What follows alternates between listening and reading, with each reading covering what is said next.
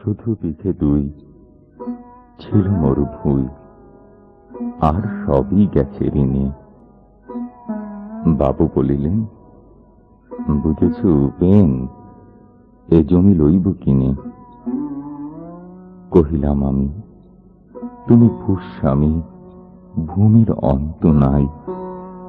চেয়ে দেখো মোর আছে বড় জোর, মরিবার মতো ঠাঁই। শুনি রাজা কহে, বাপু জানো তো হে, করেছি বাগান খানা, পেলে 2 বিঘে, প্রস্থে ও দিকে সমান হইবে টানা, ওটা দিতে হবে। কহিলাম তবে, বক্ষে জড়িয়া পানি, সজল চক্ষে করুণ রক্ষে, গরিবের ভিটেখানি। সপ্তপুরুষ যেথায় মানুষ, সে মাটি সোনার বাড়া, দৈন্যের দায়ে বেঁচি বসে মায়ে, এমনই লক্ষ্মী ছাড়া। আঁখি করি লাল, রাজা ক্ষণকাল রহিল মৌন ভাবে। কহিলেন শেষে ক্রূর হাসি হেসে, আচ্ছা সে দেখা যাবে।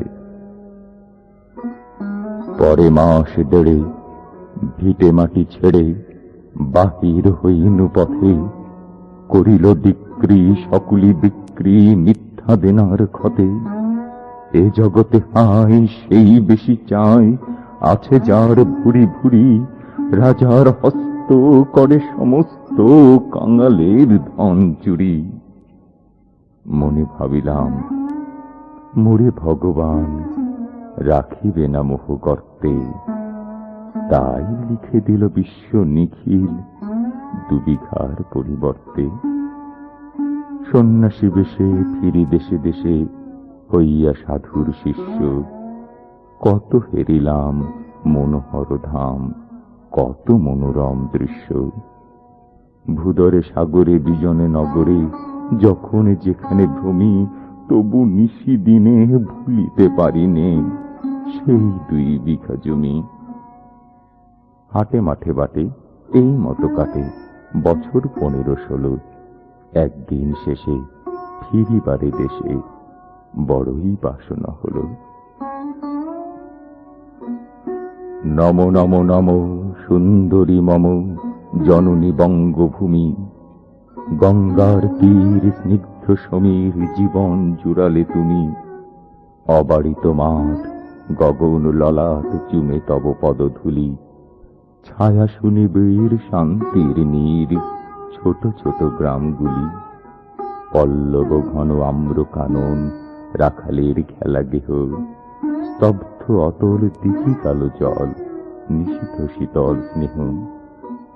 বুক ভরা মধু, বঙ্গের বধূ, জল লয়ে যায় ঘরে।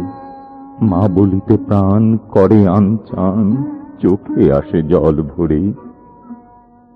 2 দিন পরে দ্বিতীয় প্রহরে প্রবেশনু নিজে গ্রামে। কুমোরের বাড়ি দক্ষিণে ছাড়ি রথতলা করি বামে, রাখি হাটখোলা নন্দীর গোলা মন্দির করি পাছে। 30 শেষে পৌঁছিনু এসে আমার বাড়ির কাছে।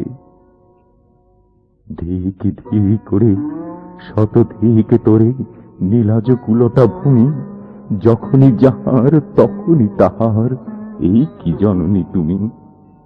সে কি মনে হবে একদিন যবে ছিলে দরিদ্র মাতা, আঁচল ভরিয়া রাখিতে ধরিয়া ফল ফুল শাক পাতা।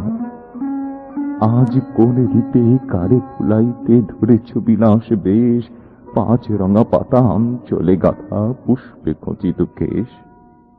আমি তোর লাগি ফিরেছি বিবাগী, গৃহহারা সুখহীন, তুই হেথা বসি ওরে রাক্ষসী, হাসিয়া কাটাস দিন।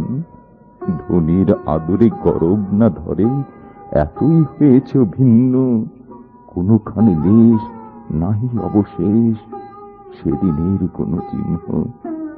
কল্যাণময়ী ছিলে তুমি ওই ক্ষুধা হরা সুধা রাশি, যত হাসো আজ, যত করো সাজ, ছিলে দেবী হলে দাসী। বিদীর্ণ হিয়া ফিরিয়া ফিরিয়া চারিদিকে চেয়ে দেখি, প্রাচীরের কাছে এখনো যে আছে সেই আম গাছ। এ কি?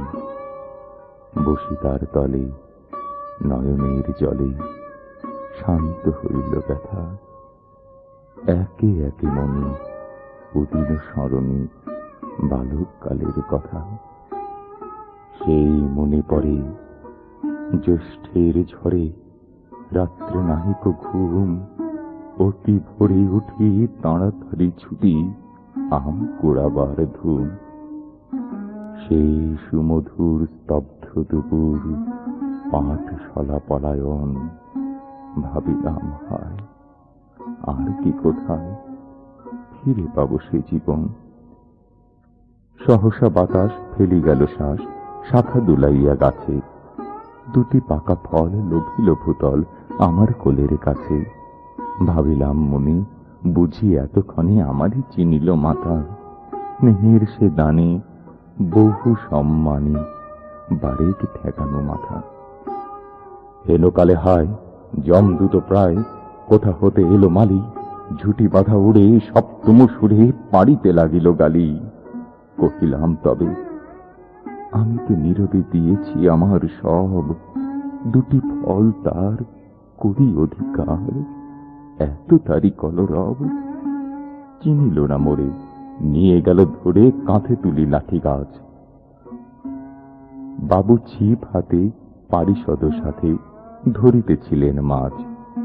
শুনি বিবরণ ক্রোধে তিনি কন, মারিয়া করিব খুন। বাবু যত বলে পারিষদ এলে বলে তার শতগুণ। আমি কহিলাম, শুধু দুটি আম, ভিক মাগি মহাশয়। বাবু কহে হেসে, বেটা সাধু বেশে পাকা চোর অতিশয়। আমি শুনে হাসি, আখি জলে ভাসি। এই ছিল মোর ঘটে, তুমি মহারাজ সাধু হলে আজ, আমি আজ চোর বটে।